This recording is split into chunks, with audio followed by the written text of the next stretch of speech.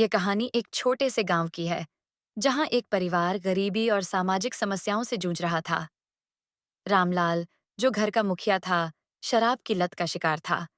उसकी पत्नी गीता और तीन बेटियां, सुमन, राधा और पूजा, उसकी इस आदत से बेहद परेशान थीं। परिवार की स्थिति रामलाल अपनी दिन भर की मजदूरी की कमाई को शराब में उड़ा देता था। घर में खाना जुटाना भी मुश्किल हो गया था।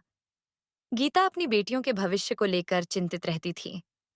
वह चाहती थी कि उनकी बेटियां पढ़ लिख कर एक अच्छा जीवन जी सकें, लेकिन रामलाल के नशे और घर में पैसे की कमी के कारण यह सपना धुंधला पड़ता जा रहा था। मजबूरियां और संघर्ष। गीता ने अपने गहने बेचकर बेटियों की स्कूल फीस भरी। बेटियां पढ़ाई में बहुत होशियार थीं और हमेशा अपने स्कूल में अच्छे अंक लाती थीं, लेकिन रामलाल को यह सब पसंद नहीं था। नशे में वह गीता और बेटियों को ताने देता और कभी-कभी गुस्से में मारपीट भी करता। बेटियों की ताकत सुमन, जो सबसे बड़ी थी, ने अपनी माँ के साथ मिलकर कुछ सिलाई कढ़ाई का काम शुरू किया। राधा और पूजा स्कूल के बाद अपनी माँ और बहन का हाथ बंटाती। धीरे धीरे उनके काम से थोड़ी आमदनी होने लगी। रामलाल का परिवर्तन एक दिन गांव में एक सामाजिक संगठन आया, जो नशा मुक्ति अभियान चला रहा था। गीता ने अपनी बेटियों के साथ मिलकर रामलाल को समझाने की कोशिश की, लेकिन वह नहीं माना।